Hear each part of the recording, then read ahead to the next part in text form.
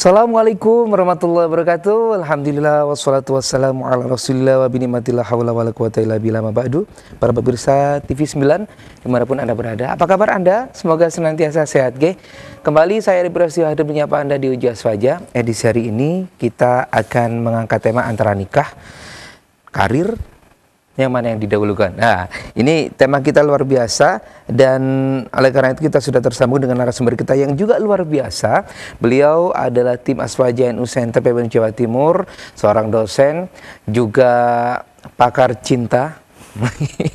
Pakar cinta, Ustadz atau Gus Ahmad Syauqi MSI. Assalamualaikum Yai. Waalaikumsalam warahmatullahi wabarakatuh. Sehat ya? Alhamdulillah sehat. Masya Allah. Jenengan gimana? Alhamdulillah. Sehat, ya? Alhamdulillah. Telat tadi.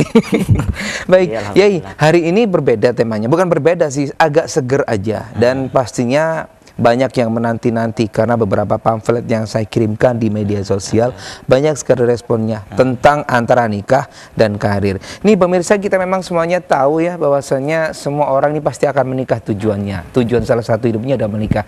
Tapi yang mana sih yang sebetulnya didahulukan? Apakah kita harus berkarir dulu, terutama buat teman-teman yang baru lulus kuliah, atau kita langsung menikah dulu? Kita langsung melanjutkan perbincangan kita dengan beliau, Gus Syauqi. Gus, ini bagaimana Gus? Menurut panjenengan antara pernikahan dan karir, mana yang patut diprioritaskan dalam kehidupan seseorang nih Gus? Baik, bismillahirrahmanirrahim. Alhamdulillah wassalatu wassalamu ala rasulillah amma ba'd. Terima kasih Mas Adi dan beserta pemirsa di studio maupun di rumah. 9 santun menyejukkan. Namun sebelum saya menjawab, selamat Hari Guru. Selamat Hari Guru Nasional ya. Karena guru kita tahu ilmu, dan dengan tahu ilmu ya kita dapat menjalani hidup ini selamat dunia dan akhirat insyaallah. Baik, bicara masalah nikah atau kaitannya dengan jodoh maupun juga kerja ataupun karir, yang harus kita pahami sebagai yang punya mindset ahlu sunnah wal jamaah, itu bagian dari takdir. Takdir itu kan bisa bermakna 3. Bisa bermakna udroh, ketetapan. Ya, tentunya maha yang menentukan takdir adalah atau menetapkan takdir adalah Allah Subhanahu wa taala. Sebagaimana Rasulullah pernah bersabda, kataballahu maqadiral khalaiqi qabla an yakhluqas samawati wal ard bi khamsina alfasana. Jadi Allah telah menulis takdir-takdir seluruh makhluknya sebelum menciptakan langit dan bumi alam semesta ini, yaitu 50.000 tahun sebelumnya. Masya Allah. Artinya berarti Allah sudah menetapkan kita kerjanya, kita berkarir di mana, kapan kita pada akhirnya mendapatkan pekerjaan itu, rezekinya seberapa, itu sudah Allah ada tulisannya di Lauhul Mahfuz. Begitu juga persoalan menikah. Kita menikah kapan, menikah dengan siapa, nah itu sudah tertulis di Lauhul Mahfuz. Artinya apa? Kalau dihadapkan dengan pertanyaan mana yang lebih kita dahulukan antara nikah dama kerja, nah nikah atau karir, ya itu semua ketetapan Allah. Allah yang menetapkan, maha qadir ya. Wallahu ala kulli syai'in qadir. Allah maha menetapkan, maha berkuasa atas ketetapannya terhadap segala sesuatu. Senggetu-getu kita untuk mencari karir semuanya, kalau memang belum wayahe ya susah menemukan kan. Betul. Ataupun menemukan juga tidak sesuai dengan apa yang menjadi harapan kita, atau pada akhirnya keluar juga kan. Atau mungkin terlalu diforsir, tadinya kita sakit sehingga pada akhirnya resign dan lain sebagainya. Pun demikian persoalan mencari jodoh dalam hal menikah, ya sejauh-jauh mana kita ingin, kalau Allah tidak menetapkan pada waktu itu belum menikah, ya tidak akan menikah ya. Iya, betul. Segimanapun kita berjanji kepada doi kita untuk menikahinya, kalau Allah tidak sesuai dengan ketetapannya, ya tidak akan menikah juga gitu. Sejauh-jauh kita menolak, kalau memang wayai menikah, ya pada akhirnya menikah juga gitu. Artinya jadi, bagaimana itu Gus? Berarti kita harus memplanning terlebih dahulu ya? Ya artinya begini sebenarnya. Dalam konteks ini Allah punya kuasa penuh terhadap makhluknya kamu menikah dulu atau bekerja dulu. Nah, itu otoritasnya Allah, gitu loh. Tapi tidak berhenti di situ. Artinya apa? Kalau kita terlalu menyerahkan, pasrah, ya, maka akan terjadi namanya paham terhadap takdir itu, namanya cara pandang jabariyah. Bahwasanya takdir Allah itu, jabar itu kan bisa bermakna paksaan. Berarti itu hanya satu arah, bahwasanya dia bekerja di mana, bagaimana nanti karirnya, terus persoalan jodoh menikah kapan, dia tidak mempunyai daya apa-apa dan pasrah saja. Ya tentunya tidak seperti itu. Ya, ya itu kan aliran jabariyah dan itu tidak sesuai dengan paham kita Ahlussunnah wal Jamaah. Ya, karena ekstrim menganggap bahwasanya segala kehidupan ini, jodoh, karir, itu Allah, kita tidak berdaya apa-apa. Ya itu tidak salah juga, aliran jabariyah namanya. Ataupun juga dalam makna kedua, takdir itu bermakna kadar, ukuran. Yang itu titik beratnya kepada usaha kita. Sejauh mana usaha kita, maksimal atau minimalkah kita, ya sejauh itu yang kita dapatkan. Baik. Kalau kita memang benar-benar terfokus, prioritas kerja, ya pada akhirnya ya mendapatkan pekerjaan itu sesuai dengan sunatullahnya, gitu ya. Ya, kalau kita niatkan memang untuk membuka hati kita untuk pada akhirnya jodoh yang datang kepada diri kita, kita persilahkan, ya pada akhirnya kita menikah juga, gitu loh. Nah, namun juga tidak boleh terfokus kepada usaha kita. Jadi sudah nikah sama kerja itu urusan saya. Gak ada sama sekali intervensi dari Allah. Nah, itu pemahaman mengenai takdir seperti itu tidak tepat karena itu masuk aliran qadariyah. Oke, ada aliran. Nah, kan gitu dalam perdebatan ilmu kalam ya, kan ada ekstrim jabariyah yang aliran fatalistik yang wis pasrah, wis urip iki pasrah, awak dhewe ya sakit, kalau Allah nagira sembuh ya sembuh tanpa harus ke dokter, ya kagak seperti itu, mengesampingkan usaha. Ya kan? Ataupun yang terlalu ekstrim terpaku pada usahanya, Mas Adi. Iya. Nah, udah, saya nggak mau menikah, saya pengen karir karena saya harus sukses. Nyatanya pada akhirnya kalau memang Allah tidak menakdirkan dia dalam karirnya tidak sukses, ya nggak sukses juga, nggak mapan-mapan juga. Akhirnya apa? Karirnya juga nggak dapet, ya karena sering menolak orang yang datang, pada akhirnya nggak nikah-nikah gitu. Nah, ini tentu kan tidak bisa dibenarkan. Baik, artinya itu kita harus apa Gus, menjalani apa yang sudah ditakdirkan Allah kepada kita. Sedangkan ketika nanti kita ditempatkan pada sisi, pada waktu tertentu untuk menikah, ya kita jalani, begitu Gus. Betul. Nah, karena apa? Arti takdir yang kedua secara etimologis, secara bahasa, yaitu seakar dengan kata qadar. Qadar itu kan kemuliaan. Lailatul Qadar adalah malam kemuliaan. Artinya apa? Bahwasanya baik itu nikah, baik itu karir, itu adalah satu kemuliaan yang harus kita usahakan. Dalam hal menikah, itu kan bagian dari ajaran Rasulullah. Betul. Sebagaimana hadis riwayat Ibnu Majah kan, yang sering kita dengar, an-nikahu sunnati, wa man raghiba an sunnati falaysa minni. Nikah itu adalah bagian dari ajaranku, kata Rasulullah. Barang siapa yang benci atau anti terhadap ajaranku, maka bukan bagian dariku. Masya Allah. Ditegaskan sebetulnya. Tapi dipelesetin oleh guyonan santri, an-nikahu santai. Ya kan, karena gak ada harokatnya. Nikah santai. Nikah santai. Nikah. Ya juga. Ataupun apa namanya, dalam hal karir memang penting juga. Kita kan hidup di dunia ini bagaimana mencari ma'isyah supaya tidak menjadi beban bagi orang yang lain kan. Untuk menghidupi diri kita kan kita perlu bekerja, Mas. Betul. Artinya apa? Berarti pernikahan, nikah mana yang dulu, nikah atau karir, semuanya bukan tentang mana yang dulu. Apapun yang dua-duanya yang harus kita jalani kalau memang sudah waktunya, kan gitu. Ya kalau memang memungkinkan proyeksi untuk kita mengusahakan karir, oke.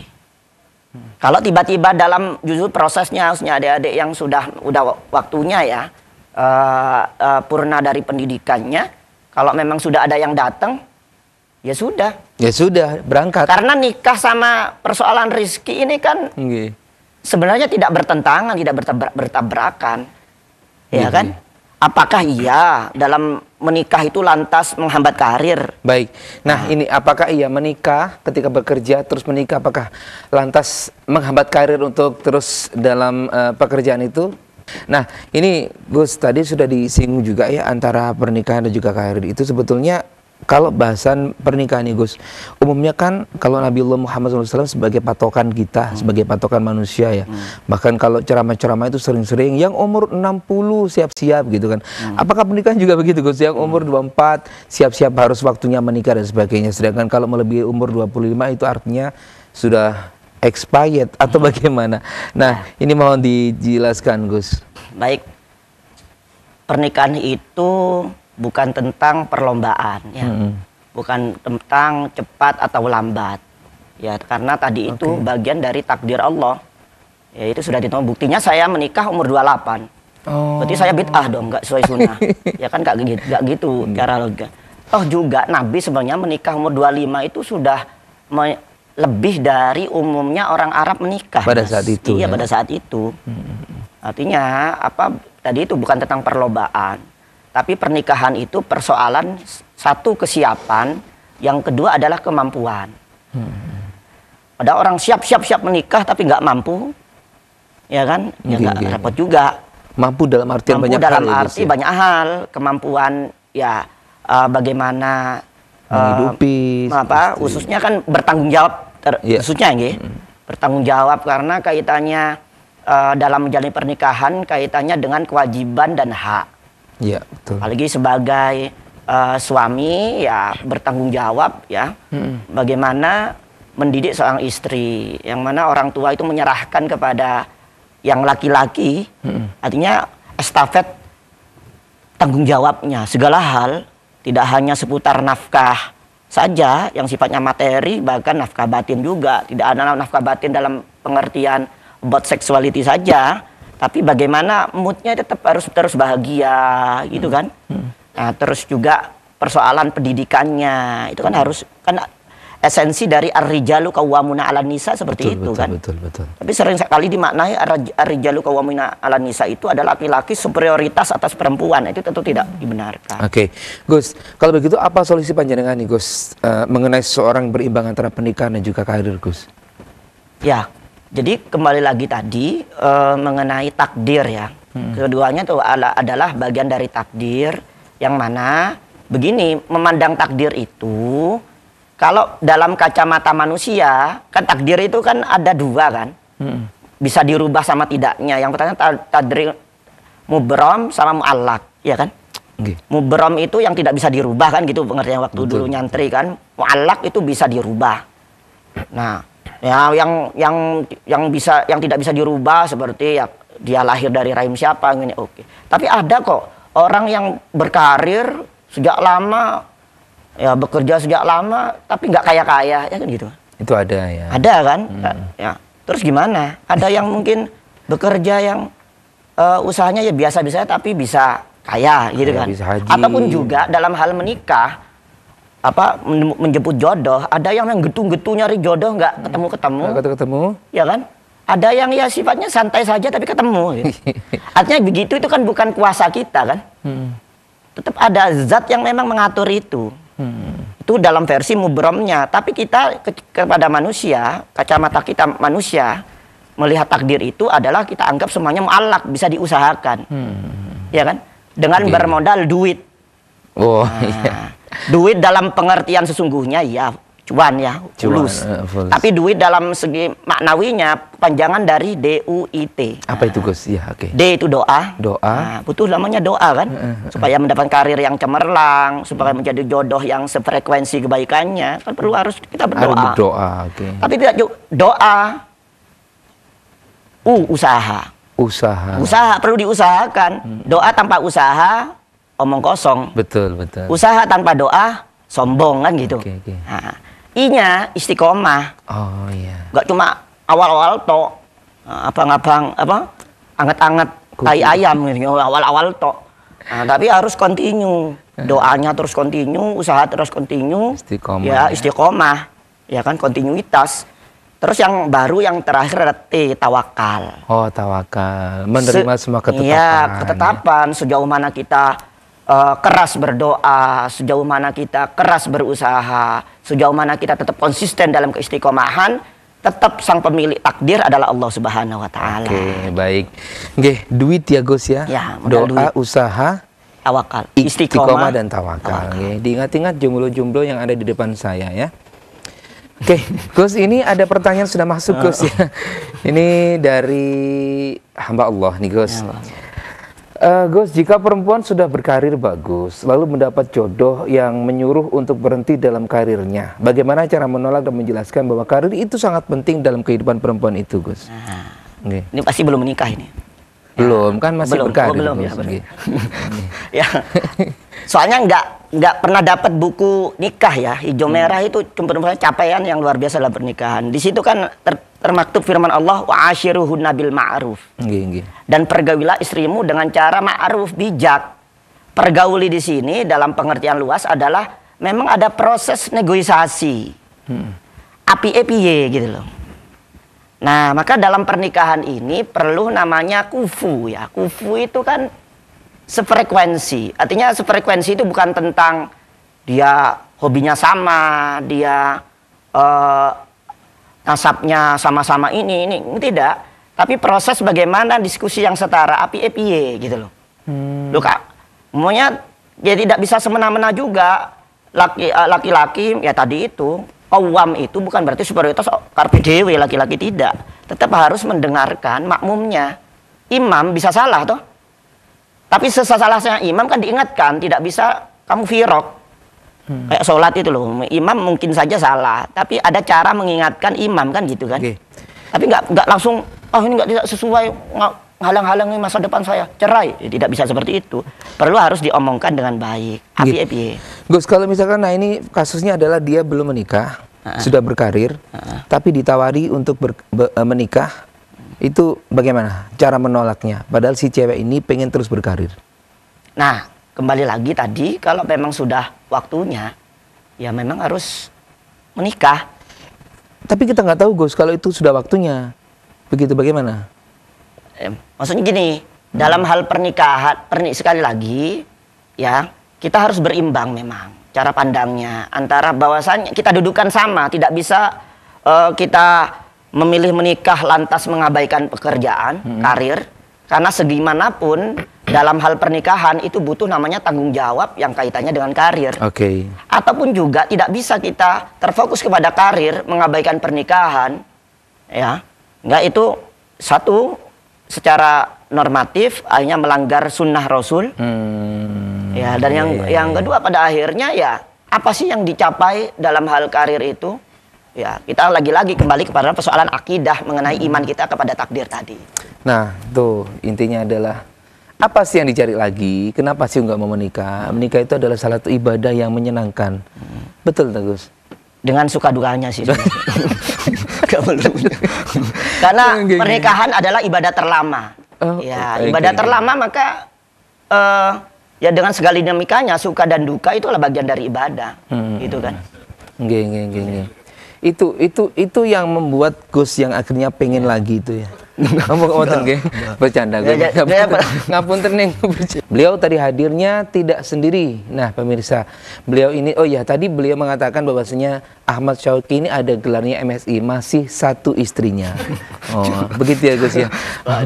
Itu artinya ada lagi yang insya Allah akan berubah gelarnya menjadi berbeda lagi. Ya, saya alhamdulillah sekarang sudah punya 3 istri ya. Apa itu? Oh 3 istri ya, Gus. 3 istri yang semuanya inisialnya N. Apa itu? Yang pertama istri asli saya Nailul Maziyah, ya dek ya, I love you di rumah. Oh, oke. Ya, terus yang kedua adalah Nurul Huda. Nurul Huda. Pondok Kami. Oh, nah pondoknya. Ya. Dan yang ketiga adalah Nahdlatul Ulama. Masya Allah, begitu itu pasangan. Tinggal yang keempat ini siapa? Enggak tahu. Masya Allah. Ya bercanda ya, jangan gitu. Oke, ini di depan lagi banyak mahasiswa beliau yang ikut ngaji di sini dari UNER ya semua. Oke, semoga semuanya segera menikah ya. Oke Gus, ini sudah beberapa pertanyaan termasuk dari teman-teman. Ini pertanyaan yang saya tanyakan kembali. Oh belum ya. Apakah stigma terhadap individu yang memilih menikah di usia muda atau sebaliknya terlalu berorientasi pada norma tertentu? Dan bagaimana kita bisa mengubah pandangan ini, Gus? Ya, memang bicara masalah pernikahan dini itu rentan, ya. Okay. Karena kaitannya tadi itu, nikah itu bukan persoalan perlombaan, nikah itu bukan persoalan ya ada melaksanakan adat istiadat, tidak. Tapi ini ajaran dari agama. Nah, dalam agama untuk menuju pernikahan itu adalah satu, kesiapan istiadat, terus yang kedua adalah istitoah, kemampuan. Kemampuan, oke. Jadi kesiapan ya kesiapan mental, oke. Kemampuan juga perlu juga, kemampuan intelektual, kemampuan finansial, ya meskipun tidak dalam tahap mapan. Setidaknya sudah ada gambaran dia mental untuk bekerja keras, ya kalian terima, adik-adik ya. Jangan menunggu mapan, ya selama itu memungkinkan sekali untuk kita kerjakan, fa insya Allah, sebagaimana dalam surat An-Nur ayat 32 itu dikatakan bahwa Allah akan jika kalian fakir ya, Allah akan membuat kalian kaya dengan menikah itu. Ininya gitu dalam surat An-Nur ayat 32. Nah, bicara masalah jaminan kekayaan, artinya pernikahan Allah jamin dia akan kaya. Tapi pertanyaan muncul, perceraian justru dominasi perceraian di urutan kedua itu persoalan finansial. Berarti ayat tersebut tidak relevan dong. Iya, gitu kan pertanyaannya. Kan memang perceraian dalam survei itu kan yang paling dominan yang pertama itu kekerasan, KDRT. Terus yang kedua adalah persoalan finansial. Finansial ini tidak hanya persoalan dia punya uang atau nggak punya uang, tapi persoalan transparansi keuangan itu bisa menjadi ribut juga sebenarnya. Ya kan? Apalagi yang mungkin sama-sama bekerja. Wah, gontot-gontotan ini masalah uang gini-gini, akhirnya ribut. Akhirnya na'udzubillah terjadi perceraian. Nah, kembali lagi tadi, sebenarnya jangan takut untuk menikah. Kalau memang sudah waktunya, sekali lagi ya, kalau sudah siap dan sudah mampu. Nah, kenapa tidak bisa kita cara pandang matematis dalam hal menikah? Loh, saya punya gaji 3 juta ketika single. Nanti kalau saya menikah berarti saya harus berbagi dong dengan istri saya. Belum lagi punya anak. Maka saya ketika sudah menikah juga tidak selesai problemnya. Akhirnya menganut namanya teracuni virus-virus child free umumnya. Karena takut nanti anak menghambat karirnya, anak menghabiskan hartanya. Nah, ini kan cara pandang yang memang manusia modern yang terjebak ke dalam cara pandang materialisme ya. Baik. Nah, kita merencanakan budgeting oke. Tapi kita terlalu larut dalam hal itu tidak baik juga. Karena sekali lagi itu dalam surat An-Nur ayat 32 itu dikatakan bahwanya Allah akan menjadi jaminan kaya. Iya, kunu fuqara ayukunu. Tapi sekarang pertanyaannya begini. Ustaz, ada orang yang dia menikah tapi nggak kaya-kaya gitu ya. Katanya membuat kaya. Nah, itu yang salah, bukan yang harus diluruskan adalah definisi kaya. Kaya menurutmu itu apa? Maka harus diluruskan. Oke. Karena tafsir ya, menurut Imam Az-Zabidi menafsirkan ayat tersebut yang Allah menjamin kaya tadi itu mempunyai 4 definisi, Mas Adi. Baik. Yang pertama adalah ghaniyun bil asya. Jadi ya memang kaya secara materi. Ketika single kere, ketika menikah soge, ada kan? Ya mungkin orang tua kalian dulu sebelum lahiran kalian gimana empot-empotan nyari kerja kere gitu ya. Ketika menikah dengan ibu kalian, mama kalian, akhirnya bisa bayar UKT yang itu untuk menyekolahkan kalian. Nah, itu berarti sesuai yang pertama. Kaya secara materi. Terus yang kedua, Mas, ghaniyun alil asya. Kaya, dikatakan kaya itu orang yang tidak membutuhkan banyak sesuatu. Contoh, dulu waktu single, waktu jomblo, di mana ada keluaran HP terbaru, dia beli terus. Ya, baju tiap bulan, check out, gitu ya. Tapi ketika sudah menikah, dia sudah merasa cukup. Yang penting HP, gak usah ganti-ganti, gak usah upgrade. Yang penting bisa WA, bisa telepon. Akan ada rasa seperti itu. Yang penting keluarga saya bisa Tercukupi lah. makan, tercukupi, ya sandang pangan papan memadai, ya sudah. Sudah cukup ya. Nggak aja, jadi nggak banyak kebutuhan, itu kan dikatakan kaya, Mas. Iya betul. Orang semakin banyak kebutuhan kan berarti miskin ya. Iya. Terus yang ketiga, bermakna kaya artinya kaya secara mentalitas. Ada orang kaya tapi masih minta bantuan. Artinya di apa sekarang di Surabaya itu kan ada keluarga miskin merah itu ya. Itu namanya tingkat. Berarti kan bukan tentang harta, dia mentalitas miskinnya ya. Emang kayak ketika menikah dulu punya mentalitas, ketika menikah dia punya mentalitas. Jadi terus kaya. terbawa ya Gus ya, terus terbawa. Iya, dia pokoknya tidak mau minta-minta. Nah, itu kan punya. Ataupun yang ketiga, kaya bermakna kaya iman. Wis bukan tentang materi, bukan tentang mental. Ayo dek, bareng-bareng kita jalani pernikahan ini karena pernikahan ini adalah ibadah terlama yang tujuannya adalah sakinah mawaddah warahmah, surga nunut, neraka katut. Oke. Nah, gitu nggih. Akhirnya itu gimana? Nggih, Gus, adakah indikator kepada diri kita sendiri Gus tentang itu kesiapan itu adalah waktu kita sudah masuki atau sudah harus menikah, sudah cocok atau sudah waktunya begitu Gus untuk melaksanakan yang disampaikan panjenengan Gus? Ya, setidaknya bekal spiritual, ya. Karena penting kan atau yibin li toyibat wal khobisin lil khobisat, ya. Karena sebenarnya ketika nanti sudah waktunya bukan tentang siapa ya jodoh saya, gak usah mikir siapa jodoh saya, itu sudah ada yang ngatur. Ya, dalam kitab hikam kan, kayak Ibnu Athaillah As-Sakandari dikatakan arih nafsaka minat tadbir fama qoma bihi ghayruka angka la takum binafsika. Istirahatkan dirimu dari memikirkan sesuatu yang itu hak prerogatifnya Allah. Kamu gak usah mikir sopo. Bukan tentang sopo, tapi yang kamu pikirkan adalah kesiapan kamu. Ketika jodoh itu datang, usahakan dirimu dalam keadaan toyib, kan gitu. Betul. Jangan kita masih dalam kondisi yang suka pacar-pacaran, apa menjadi statusnya jadi fuckboy. Akhirnya yang datang jodoh kita ya fuckgirl. Apa fuckboy itu Gus? Nah, itu yang anak-anak. Ya, artinya yang kita red flag, artinya ketemu jodoh jangan yang red flag ya. Iya. Yang toksik akhirnya temunya yang toksik kan akhobisin lo bisa. Jadi pertanyaannya adalah memperbaiki diri. Jadi ketika kita bekal spiritualis kita baik, otomatis ketika jodoh itu datang berarti juga baik juga. Terus yang kedua ya bekal intelektual. Maka perlu mempersiapkan namanya ya ini ya kalian yang masih kuliah wis gak usah mikir rabi ya. Ya fokus kuliah ya gitu kan. Sebagai bekal karena namanya menjalin rumah tangga itu butuh namanya kecerdasan, kecerdasan otak, kecerdasan emosi, kan makanya dulu saya pingin istri saya minimal S1 gitu, karena terlepas dari jurusan apa, ya karena menurut saya mengalami proses perkuliahan itu kan sudah melalui dinamika dalam berpikir, dalam kedewasaan kita juga. kan berhak seperti itu, tapi sekali lagi Allah yang menentukan, gitu kan, ya nyatanya ya alhamdulillah. Istri saya sudah S1 ketika menikah dengan saya. Sekarang sudah lanjut S2. Sudah. Nah itu. Terus yang ketiga adalah bekal finansial. Ya perlu, memang harus sudah mempersiapkan pekerjaan karir ya. Sebenarnya nggak salah kok kalian memilih karir dulu. Cuma yang menjadi problem adalah nunggu mapannya dulu. Sampai kapan? Kalau memang tidak didarikan dengan mapan, berarti nggak menikah juga. Gitu kan? Nah, ataupun dia kalau semangat menikah, enggak mengabaikan namanya karir, akhirnya apa dalam menafkahinya? Akhirnya, ya itu hanya problematik dalam hal finansial.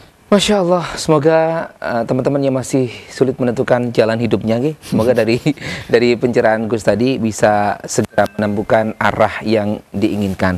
Gus, kita berada di menit-menit terakhir nih Gus. Sedikit nih kesimpulan dari perbincangan kita di sore hari ini, apa nih Gus? Ya, baik. Kembali ke pertanyaan nikah atau kerja duluan mana? Ya bicara masalah duluan mana kita pasrahkan kepada Allah yang Maha Kuasa, yang mengatur skenarionya.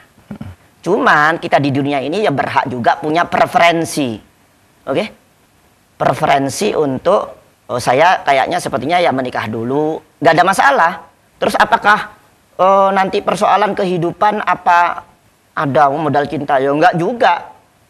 Mbah-mbah kita dulu kan modal yakin, yang penting keimanan ada di itu.